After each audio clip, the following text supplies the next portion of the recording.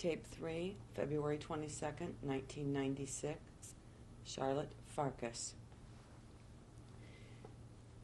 Your brother from Auschwitz did not survive. No, I was told that he was killed by a couple while in Auschwitz. Yeah. I saw him after that one more time through the wires. You know, they were working someplace or something, and I saw him one more time, and that was it. And Did he he was see only you? 3 years older than me. He was a young boy. Did he see you, Mrs. Farkas? Yeah, we saw each other, but we couldn't really touch or talk, you know, just from far away. And that was the last time I saw him. And then you went back to your city. I went back to Munkaj because I was told that my brother is alive. When I got there, he wasn't there yet, but I stayed there. I went to the house where we lived, and I went in, and I walked out. I couldn't stay there. First of all, it was empty. There was nothing left at all. Did you go there by yourself? Yeah. And I couldn't go back there again. It was like, but I stayed in Munkaj. I stayed at that time. I found my girlfriend, the one I threw the sweater to, the pullover. So she was home with her sisters. There were 3 girls, and all 3 of them survived, and their father survived. Their mother didn't survive. So they had, by that time they came home earlier, and they had a little apartment. So I slept in their house. I was with them for a few days. And then maybe a week or 2 later, my brother came. But there was there was already at that time Jewish organization in Munkaj. Because I understand Munkaj was liberated about 3 months after they took us away, the Russians came in. So there were already Jews there. And then my brother came home, and we got a little apartment, and we stayed there. And I was able to go see the apartments where my sister and my brothers lived, but I could never go into the house where we lived. It was just too hard. And then I met my husband, and I got married in Munkaj in November of 1945. So your brother, the name of your brother again that survived? Nuta. Did he know anything else that happened to any of your other relatives? Was he aware of anything that had happened? Oh yeah, of course he knew. Well, they took away to a labor camp my brother-in-law, my sister's husband, and my brother Isaac. And they took him away 1941 or so towards Russia, and we never heard from them again. Nobody ever heard from them. Did anyone else of your relatives survive other than your brother? My brother and one sister, she lived in Israel, but she's dead now. But she survived also. She was in Theresienstadt. And how did she find you and your brother? We were already in Germany in the DP camps. And my brother, I got married in Munkaj in November, and then it was still Czechoslovakia. And then the Russians came in there too, so the Jews started leaving the city because they didn't want to stay by the Russians. We thought it would have stayed Czechoslovakia, we would have stayed there.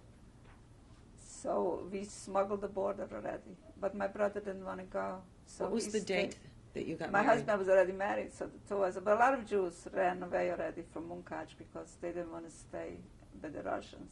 What was the date you got married? November 4th. November 4th. 45. And then you left? And then I left, beginning of December, we left. And my brother didn't want to come. And we wound up, first of all, in Prague. And then we were in a city called Ústí nad Labem.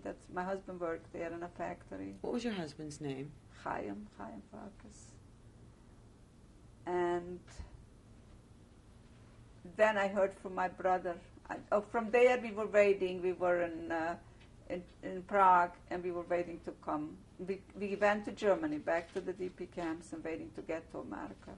Because my husband had 4 brothers and 4 sisters here that were here from before the war. And I had my mother's 3 brothers and 2 sisters also. So, and while we were in the DP camps in Germany, my brother somehow got out of Munkaj also. And he found my sister in Hungary, and he brought her to us, to Poking, so we were together. Up until And that the time, you DP didn't camps. you didn't know she was I alive. didn't know she was alive. She was in Hungary, and but my brother didn't stay in the DP camps. He just came and he went to France. He was in Paris, and then he wound up in Venezuela, and that's where he lives in Venezuela. He remarried because his wife didn't come home with the 2 children, and he lives in Venezuela. And we were in the DP camps in Poking until 49. We got to the U.S. in 1949. DP camps in Poking. In Poking, yes. And in 1949, June 8th, we got to this country. Did you have any responsibilities in the DP camps? No, my husband did. What did he do? I was already pregnant there with my first child. He was working in the giving out supplies, like we were getting food from the UNRWA, whatever, and he was working in the help me with the word, where you keep supply, warehouse, in the warehouse, and he was giving out the food for the people. Yeah, because there was like 7,000 people in that DP camp in Poking. It was a big one. Yeah, so he had a job helping out there. But I didn't do anything. I just, staying in the house. There was a lot of people. We were waiting. We were sitting, waiting every day when we're going to be able to. You had no normal life. It was like, at first we were sharing one tiny little bedroom, 2 couples. And then finally we had our own room. And you had to go eat in the community kitchen. You weren't able to cook for yourself or things like that. And you survived and you waited until you get to the U.S. How long were you in Poking? 3 years. Long time. Yeah. And during that time, your husband continued to work within the DP camp? Yes, yeah. It was also not, you had no bathroom facilities. You had to go outside. I remember I was pregnant. At night I had to go out. We had to go all the way very far to the bathrooms. You lived through a lot. So your first child was born in Germany, in Poking. Yeah, my Stephen. Yeah. And after those 3 years, what happened then? Well, we finally came to the United States. How did that occur? How did we get here? We came with the General McRae by ship. Took us like 10 days.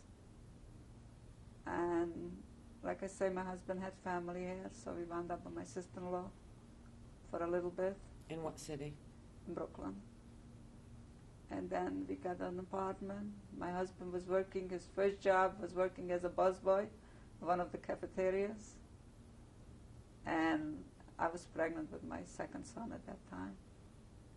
What year was that? 1949. He was born in December 49. And then he left that job and he became, somebody taught him, he became a presser. And he worked as a presser for 15 years. I worked a little bit when the kids got a little bit older. I was working a little bit. And what were you doing? My first job was in a paper factory. I was pasting little flags. I remember it was the Chevrolet company. They were making advertisement. Little things that you remember. And I was pasting little flags. And I was very fast with my fingers. So they liked me very much. But my little son got sick. He was 3 years old and he got the measles. And I didn't go back. And they kept calling me. They wanted to make me for a manager because I was so fast. I hardly spoke any English. But then I didn't go back until he was like 6 years old. And then I worked a little bit as an operator. And after that, my husband bought the laundromat. He left his presser job, and he bought the laundromat. So I worked with him. For 12 years, we were in the laundry business. And then he got sick, and he couldn't stay anymore. My husband had a blood disorder. You ever hear of polycythemia? It was the opposite of leukemia. Mm. And he was how old at the time they discovered that? he was already in his 50s. And after that, when he got sick, I didn't want to stay in the laundry because it was very hard work and all that. So I sold it, and I got a job as a cashier, and I worked there for 14 years in one place, and I liked that job. It was good. And I worked there until I retired, till after my husband passed away. Yeah, that was the... And where do your two children live now? I have 3 children. Your 3 children, I'm sorry. My oldest son lives in Brooklyn, Bell Harbor, New York, actually. And my middle one lives in Philadelphia. And my youngest one lives in Michigan. And what is your current city of residence? I live here in Tamarack. And how long have you lived in Florida? Altogether, 2.5 years. Because I lived here for a year first, and then I moved to Michigan because I couldn't find myself after my husband passed away. How long ago did your husband die? How long is it? 3.5 years. It's going to be 4 years in June. And he was also a survivor. Yes, he was. He was a survivor. He was in labor camps, and he was in Buchenwald, and he was in sumo camps. I don't remember now which ones. How many years were you married totally? 46.5 years. Yeah. And that's the story. Is there a statement or something that you would like to say on your tape? Like what? Anything that you think that you've been thinking about that you would like to say or add to this tape? Thought that you have? The only thing I could think of is that it should never, never happen to any human beings, not only Jews, but anybody, because we were treated worse than any animal. Even an animal shouldn't be treated the way what they did to us. And I could never forget it. I could never forgive the Germans for what they did, never. And sometimes people say I'm too harsh, and you got to forget, but I could never forget, and I could never forgive them. Thank you, Mrs. Farkas. Picture, isn't it? I love it. I love the details. Okay, who is this? This is my sister, Yolan, and the picture was taken approximately 35 or 36 in Munkac.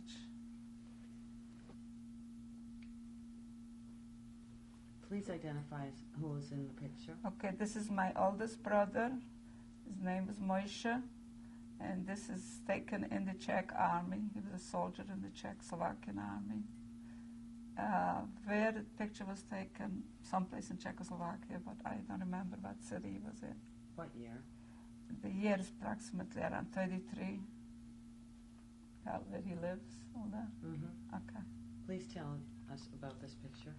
Okay, on the top left corner is my brother. His name is Nuti, and he lives in Venezuela. He survived the camps, and he's in Venezuela with his family. He's got a wife and 2 daughters, and the picture was taken in Poking in Germany, and about 1946. Who is on the top right? And the top right is my sister Yolan, Bottom. and the bottom is me, and under Yolan is myself, and the other one is my husband Chaim.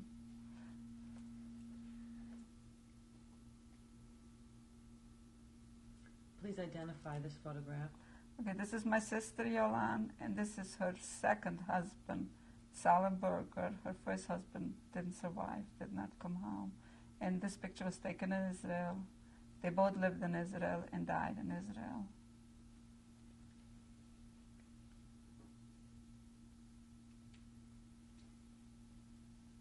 Please identify the photo. Okay, this is my second oldest brother, Nuta, and he lives in Venezuela. He survived, thank God, and he's alive and well in Venezuela with his family. And this picture was taken in Paris in 1946. Okay. Please tell us about this photo.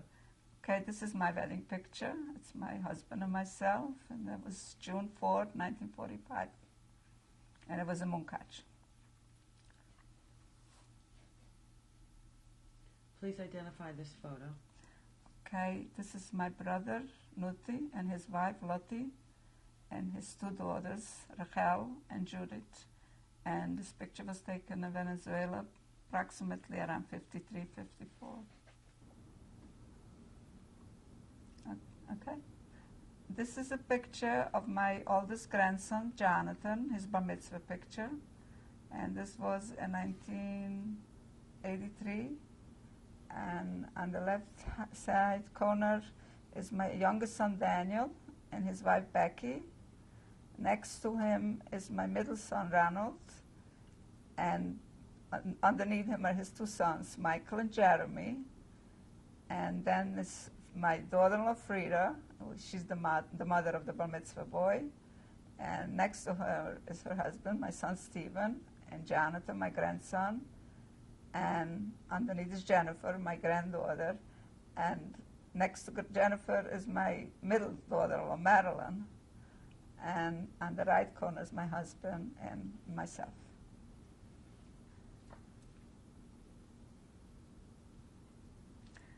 Okay, these are my two youngest grandchildren who came a little bit later in life. The little boy is Joshua, who is 5 now, and the little girl is Haley, and she's 3.